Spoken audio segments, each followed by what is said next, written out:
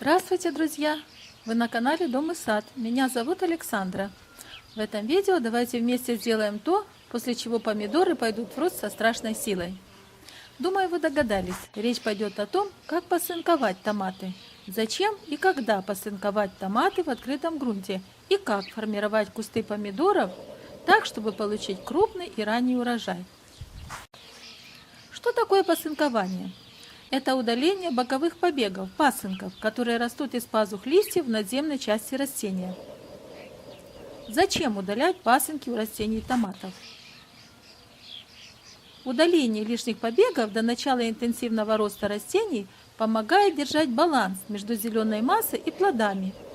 Посынкование способствует более раннему созреванию томатов, и к тому же плоды завязываются более крупные, потому что растение тратит большую часть своих сил на налив плодов.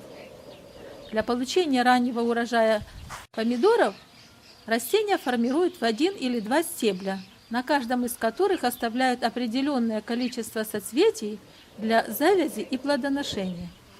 Если вы выращиваете томаты, формируя один стебель, как это делаю я, то следует удалить все пасынки, боковые стебли помидора, на которых тоже образуются соцветия для будущих плодов.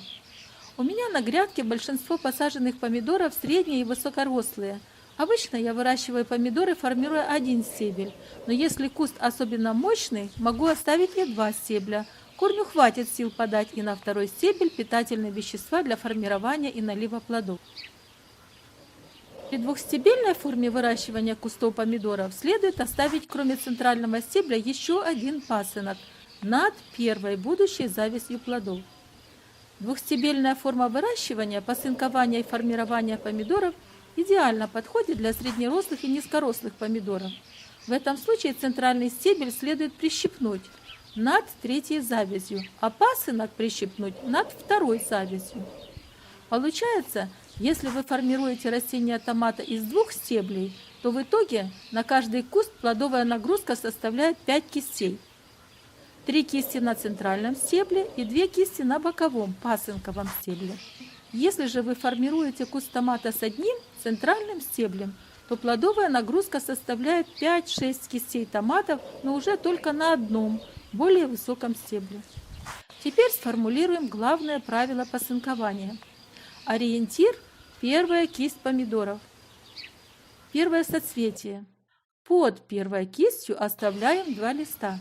Они отвечают за налив и созревание плодов в этой кисти томатов. Над первой кистью оставляем при двухстебельном формировании куста 1 боковой побег, пасынок. На нем и будем выращивать еще 2 кисти помидоров. Это все.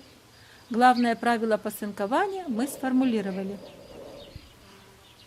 Когда удалять пасынки на кустах помидоров? Скажу так, чем раньше, тем лучше. Первое посынкование проводят, как правило, примерно через 2 недели после высадки рассады в грунт. Оптимально удалять пасынки следует тогда, когда они достигнут длины 3-5 см. Если это не сделать вовремя, то на растении образуется много побегов, то есть пасынков с цветоносными кистями, которые и задерживают налив плодов и их созревание. Проводите посынкование регулярно, каждые 10-14 дней. Так вы нанесете меньше травм растению и предотвратите загущение кустов помидоров. Верхушки побегов, которые вы сформировали, следует прищипывать после того, как определились с количеством кистей. Над последней сформированной кистью оставьте 2-3 листа.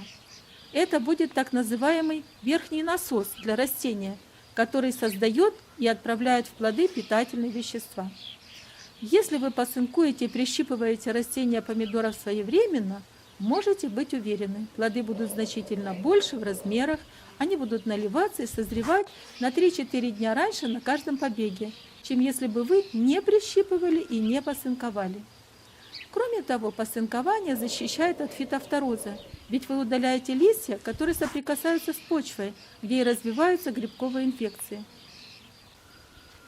После посынкования обработайте растения и почву вокруг томатов 1% раствором бордоской смеси или другими противогрибковыми препаратами, например, ридомилом, антраколом или акробатом. Срок ожидания проявления фитофтороза на томатах после обработки ридомилом 14 дней. В случае ухудшения погодных условий, похолодания, дождя, следует сократить интервалы между обработками до 10 дней. Срок ожидания проявления фитофтороза на томатах после обработки антраколом – 10 дней. Если ухудшаются погодные условия, то следует сократить интервал между обработками до 7 дней. Но все же, пользуясь системными фунгицидами, внимательно прочитайте инструкцию на упаковке и неукоснительно ей следуйте. Если же вы используете для профилактики фитофтороза и других болезней опрыскивание томатов бордоской жидкостью, то проводите это опрыскивание в конце июня, начале июля или спустя 2 недели после посадки из расчета 1,5-2 литра раствора на 10 квадратных метров посаженных помидоров. Всего помидоры в открытом грунте опрыскивают 1% раствором бордоской жидкости 3-4 раза с интервалом в 10-14 дней. Когда проводить посынкование? Посынкование и формирование кустов помидоров проводите в первой половине дня, чтобы к концу дня раны на растениях могли немного затянуться и присохнуть. Во второй половине дня обработайте пропосынкованные томаты и почву вокруг них фунгицидами. Хорошего урожая! И не забудьте поставить лайк, подписаться на мой канал и поделиться этим видео в соцсетях. Может, еще кому-нибудь сейчас важно знать, как формировать кусты томатов и как посынковать побеги на молодых растениях помидоров. Спасибо за просмотр. Скоро увидимся!